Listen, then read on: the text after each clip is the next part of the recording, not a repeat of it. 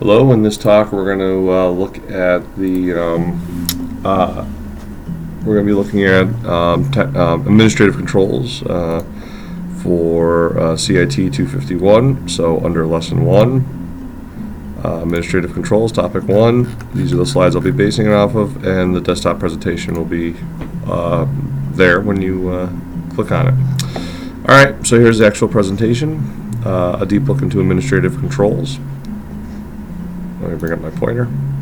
There we go. Let it load. It takes a couple seconds. There it is, nice and smooth. All right. So just trying to be creative on the titles, but we're going to do a deep look into administrative controls. All right. So things we're going to talk about today, we're going to talk about security policies, third-party policies and agreements, personnel management, how we deal with our users, and best practices. So a couple points I want to make before, well, one point I want to make before we get into the difference between a policy, standard, and a guideline. And first of all these definitions, the definitions that you do need to know, are in the terminology right here. I want to make this point. Terminology serves two purposes. Well, I'm sure there's more than that. There's two purposes I can think of off the top of my head that terminology provides in IT. Number one, there's technical. There's not a whole lot of technical terms here, but I'm thinking of something like ROM, read-only memory, right? So a VPN, virtual private network. We're going to see a bunch of those technical definitions in the next lesson when we talk about technical controls. But in this case, this is going to be a lot of administrative. This is a lot of buzz phrases, for lack of a better phrase, but onboarding. Oh, we've got to onboard that person. What does that mean? Well, this is my quick definition of it, of what I found in the sources located here. So keep that in mind, right? And that being said, some people can have different definitions of everything, right? So, for example, I've seen email policies that also contain a personal email policy within the email policy, and also email retention policy within the email policy. Oh, right here, email retention policy.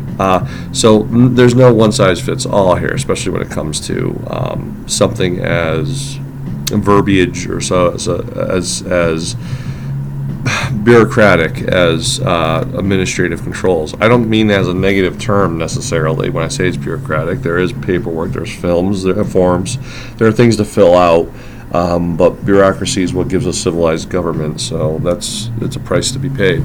Complaining about it. Anyway, so long story short, this terminology in particular for this lesson is going to be a lot of terminology that it's not technical. It's not 1 or 0, but there is and again, there's a legal contract, so I might not have the exact legal definition. I'm going by the perspective from an IT person, right? And again, I can't tell you what policies exactly every company's going to have. It's up to them. So, but this is just a terminology that way, if someone's talking, you can actually follow along. All right, but the other point is, and this comes along with the summary, administrative controls are very important. We can have all the toys and the gimmicks and the devices properly configured. You have the most expensive, perfectly configured firewall, but if your user is downloading a bunch of malware from the internet and remote access tools, it's going to be null and void. Especially if the remote access tool is encrypted and your intrusion prevention system or intrusion detection system doesn't pick up on it, right? So the point is, we need to train our users, and we can't treat our users like idiots, and we can't blame them, right? It's our fault for not training them and not notifying them. Okay, so these are common mistakes often made in IT. So I think that was one point I want to make, and then the second one, this is from SANS. SANS is a nonprofit organization. It's sponsored by, well, just about every company that it would be better that every industry, I should say, companies in industries that would be better served by having a more secure public and having every mom and pop shop in the world. Again, nonprofit, their whole goal is to make the internet and IT processes are more secure, right? Because again, we are a herd, and the more secure the herd overall, the better off we are as well. So they are often here you go about SANS. They're often donated to by large, and they do research and lots of training, and they do have certification programs. So I'm going to go to SANS definitions here of the difference between a policy, a standard, and a guideline. This is not part of our terminology. I just think it's important we start off the talk with this. So policy is a document that outlines specific requirements or rules that must be met, usually by a user, for example. So like their example here is a acceptable use policy. Let me get my pointer back. So an acceptable use policy, for example, is something, these are things users can do with the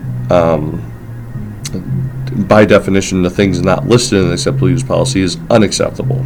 All right, so that's a good example of what a policy is, right? These are rules and regulations that users must follow. Okay. Now, a standard is usually a collection of system-specific, and spec, I think, is really important here, right? Requirements or specifications, right? That's where specs come from. So, for example, you can describe how to harden a Windows, so a checklist of things to do to harden Windows 8.1 if you're going to put it on DMZ. I don't know why you're putting a workstation on DMZ, but whatever. Let's say Windows Server 2019 or something. So anyway, or a Linux server, right? These are the rules. They have to have the firewall running. You have to have antivirus on it, right? These are all like this, and maybe even this specific antivirus, right? These are specifications, either hardware or software, that must be met in order to meet the standard.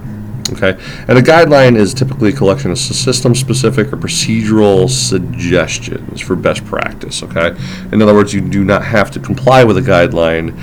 This is just best practice. This is what we expect to be best practice. Okay, we're going to focus in specifically with policies and standards. And when we say security policies, they kind of cover everything in this.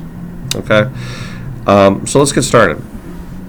So what makes a good security policy? Well, it has to be clear, right? If no one can understand it, it's not going to be very useful, right?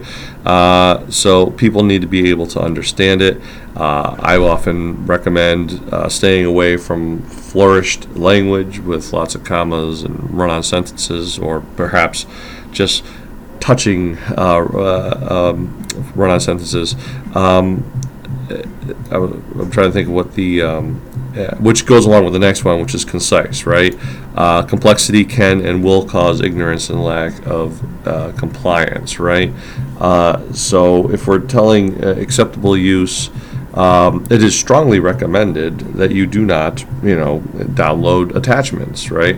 Or download files from the internet from untrusted sources. Well, what's strongly recommended mean? Does that mean I can't or can't do it? You just recommend I don't do it. Well, I'm going to do it, right? I need to do it for my job. Do not, right? Strong, short words with strong, short sentences that get to the point. All right. Comprehensive. Now, this is you saying it's concise. Now you want a comprehensive. Don't those contradict each other? They do, right? But that's the duality. A good example of that, though, is acceptable use policy. By simply having a catch-all, deny any at the end of it, and saying, listen, if it's not listed here in the acceptable use policies, all other actions on our equipment is not allowed, right? That makes it comprehensive, right? So yeah, you can only install pre-approved hardware. You can only install this pre-approved software on our software support list. You can only you can't. You know, I can't. You can visit websites, right? By not listing it, you can't download and install any software you like from the internet, right? We didn't say you could install another browser. So if we said you couldn't install another browser, then it's not an acceptable use policy. Therefore, it's not allowed, right? So it's both comprehensive and concise at the same time. So also, we need a security policy to be well known. if we write the greatest policy in the world but never notify our users or let them see it or talk to it or touch it or get trained on it, then it's useless, right? It needs to be accessible. In other words, it needs, not only do we need to present it to the users whenever we can, but we need to make it accessible on a web page, ideally, or publicly available. So, well, not publicly, but excuse me, available within the company, and it has to be understood, right? So must be up to date, contemporary, right? The latest technological concepts and specifications.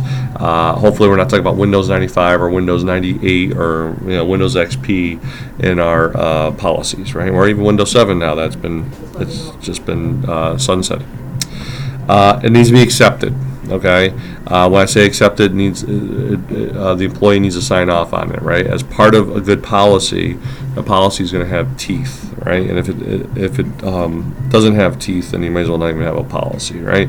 If you sit there and say this is our policy, but we don't care if there's no repercussions if you violate that policy, then you might as well not even have the policy. All right, so it needs to be accepted. Users want to sign off on it. Now, keep in mind too, it's not good practice just to simply stand upon high yelling at your users, this is the acceptable use policy and you will do what I say.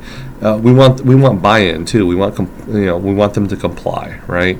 And the way we can comply is by going in like partners, okay, and saying, these are our policies. These are why we have them. If you think there's something we missed, especially like the acceptable use policy, then let us know and maybe we can work it out. Okay, this is a team effort, right? This isn't about firing employees. These aren't rules that they're not gotchas. They're about preventing bad behaviors, right? These bad behaviors that can make the entire network vulnerable, right? So we're trying to prevent them. So we need buy-in. We need to train our users. All right. So we don't want them forced. We want understanding the importance, and we want to keep them fair, right? Too many times I've seen policies where IT staffs are driven by fear of things they don't know about and simply just block it simply because they don't know about it, right? And it might hinder the employee, and so therefore the employee is just going to ignore the policy out of hand. All right. So we got to find that balance, right? That being said, it's tough for me to secure something I don't know about, so I can understand where you're coming from with that too. It's a tough balance. All right. So how do we write a good policy? Well, we're going to write it professionally. Why? Well, it could be held up in a court of law, right? If we're going to fire people or get people in trouble, if it's a union shop, it can be used in a write-up of an employee. It might get challenged, right? It might get challenged in arbitration, it might get challenged in a court of law. Therefore, you want a professionally written policy. Again, short, concise, but try to avoid abbreviations, right? And no buzz phrases, obviously no swearing. Try to avoid, no slang, if possible, which usually is possible. So try to avoid slang, right? That type of thing. You're going to write it simply, humbly. Again, not upon high, not insulting. Again, keeping it simple, but also don't make it sound like you're better than the users, because you're not. Okay, and again, that's going to hurt your buy-in. Okay, complete sentences that are short and get to the point. Diversely, ideally when you write a policy, and this is unfortunately unusual from what I've seen, it's best to have a bunch of different understandings go in and into that policy writing. Ideally, we get together with our users, business system managers, IT, and even maybe some third parties to ensure the accuracy and the understandability, right? The top one here is users, right? The people it's actually going to affect. It's good if they have a voice in there, right? Although it should affect everyone. We'll talk about that in a second. So users will affect. So users would be good if they had it, or the managers, for that matter, had some understanding. It helps them again get buy-in, understand the importance of that policy. But B, it's important to get their feedback and see, maybe the policy I'm writing contradicts another policy, or certainly a workflow, and we got to figure out if the workflow is bad or the policy is bad. So who do these policies apply to? I'll save you the video because you're in a video. Video inside a video is not a good idea, but that's from the professional, and that's him yelling everyone. Policies apply to everyone. They need to apply to everyone. That includes IT, the people who write the policies or enforce the policies or maintain the policies. They all need to apply. Okay, it's fairly common to see IT violating policies, which is not a good idea. In that case, IT then needs to re-examine that policy, or re-examine themselves for being hypocrites, right? Leadership is another one. It's tough to, what am I going to do? Go to a president of a company and yell at them for not following a policy? Well, I'm going to threaten to fire them, right? How's that work, right? But those policies need to apply to everyone in order for the policy to be effective, right? We can't have everyone in the company not downloading Trojan Horse and then just go, well, it's okay if the president downloads Trojan Horse software, okay? So it affects everyone. What devices does it affect? This is a hot button issue. Talked about it a lot in Security 1. Does it affect my personal device? I come in with a cell phone, right? If it's my personal cell phone, what does the company have to say about, how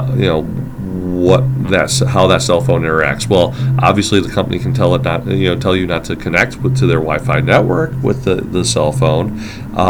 But what else can they do? Bluetooth, the various vulnerabilities that mobile technology tablets can introduce into the environment. So, do these policies apply to personal devices, right? So here's a list of popular policies. Most of these are in your definitions, so it'd be kind of a waste of my time. But know that some of these policies, like for example, acceptable encryption policy, I should say third-party policies. I meant to change it. Third-party policies. Sorry about that. Third-party policies. So this could often be a third-party policy. So some of these policies affect third parties, which means other vendors, other companies that work on your network.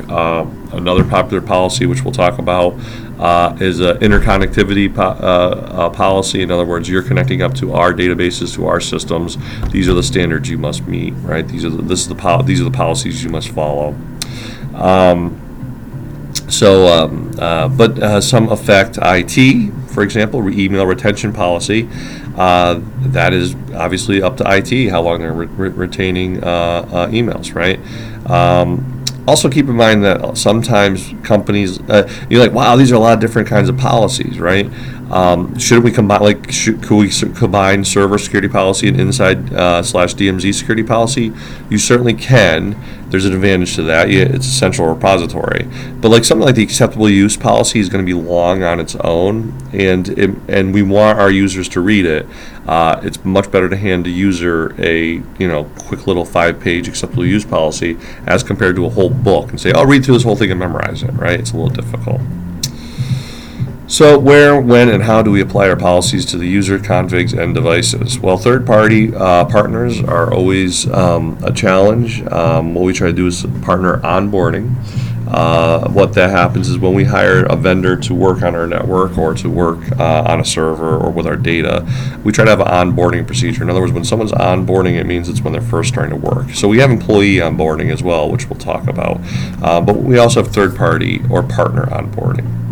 We let them know what our standing operating procedures are, how we normally handle things in our company, but we also do things like we come up with agreements, right? We might have vendor-specific guides, like how do we configure Windows devices, especially if they're going to be configuring a Windows server as part of their contract, their SLA. Then how do you configure the Windows? But how's our company? What's our standard? What's our policy when we install servers? Right? Interconnection security agreement. Again, that's something I mentioned a little bit earlier. When we have a connection between two companies, they might be connecting in through a VPN. They might be connecting through hitting our database. We should have an agreement, a legal agreement between our two companies on what standards we're going to follow, what encryption are we going to use, connectivity issues, username, password generation issues we might have, right, or standards we might have, okay? So in the good old-fashioned days of business, we had memorandums of understanding, which weren't legally binding. They've decided they're not legally binding. So nowadays we much prefer SLA, which is legally binding, a service level agreement. So service level agreement essentially is establishing a level of service that we are expecting from this vendor. We reserve the right to not pay or to ask for payment back, sue them back, if we have not hit that service agreement, right? If they had not provided the service they said they would, then we have legal recourse, A, not to pay them, or get the pay back, or to fire them outright and not give them any more contracts. So SLAs are a legal document. There's also non-disclosure agreements. They're really popular, especially with, well, the modern IT world, Silicon Valley. They feel they have a lot of proprietary information, and they don't want it. They start off with the coders, because Google doesn't want you to know the secret sauce of of their search engine, so they put NDAs on all their programmers that worked on their searching algorithms, and it's spread, and it's been around other places as well. But essentially, a non-disclosure agreement is essentially a legally binding document that says a worker cannot give away proprietary secrets. That being said, it doesn't stop you from telling about illegal crimes. If you see an illegal crime, an NDA does not stop you from reporting illegal crime. In fact, if it's indeed legal enough, you might get hit with obstruction of justice, right? So NDAs do not cover illegal crime. So who else do we affect? Well, employees. Again, onboarding, right? This is where it gets a little tricky. Is it an HR issue? Is it an IT issue? In a perfect world, in a well-run company, they would work well together. Yes. So policy sign-off, training. Again, when do we have this training? Do we have it yearly? Do we have it just when they're first being hired? When they are hired, it is good that they sign off on all the policies. We have individual policies. We have individual policies that our users sign off on. Acceptable use policy, private email policy. In other words, they can't use their email or forwarding email policy. We have them sign off on that. That way, if we do catch them doing it later, we have, look, you signed off on it, you said you wrote it, you said you understood it.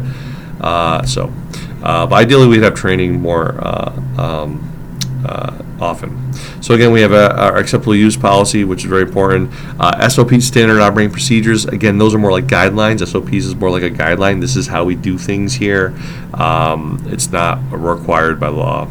And again, we want continuing education. We don't want to just simply, when the employee's first hired, to throw these documents in front of them, have them sign them, and just wash our hands of it.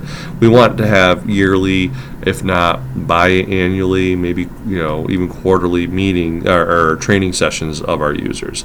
These are important. Again, if users have bad behaviors, it doesn't matter how many toys I buy to protect my network. They might just be bypassing all that technology, expensive technology, and all the configurations I put into it. Annual security and awareness training is very popular in the industry. We also have role-based awareness training. Role-based awareness training essentially says, depending on your role, that's what training you get, right? So, case in point, help desk operators might get a different level of training than the CFO or HR members of the HR team, right? Offboarding. Offboarding is important for a number of reasons, primarily to figure out what your company does well. And now you now have someone that was a participant who no longer has no stakes, like they don't have to worry about getting fired or anything like that. And you can ask them what you do well, what you don't do well. All right, and you can make them sign an NDA too if you so desire. So I'm going to stop the video here, and I'll make a second one to go along with it because this is getting a bit long. We do have like 5 or 6 slides left. Well, actually, we got 2 slides left, three slides left. Yeah.